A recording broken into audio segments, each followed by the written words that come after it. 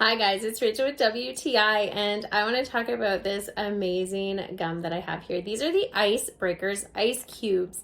So this one here is the Bubble Breeze. This one here comes in a case of 4. This is one that we all enjoy, but it's one of my favorite flavors, and my daughter enjoys it too because it's not too minty. It has just this nice freshness to it. It's got the original bubblegum kind of flavor, which is really nice. I love just the texture of this, how it's like a cube, kind of like a sugar gum pressed together. You get a nice size piece of gum if you're having one, or if you want two. It's up to you. I really think it's cool. You can see all the different crystals in it for the flavors and the sugar.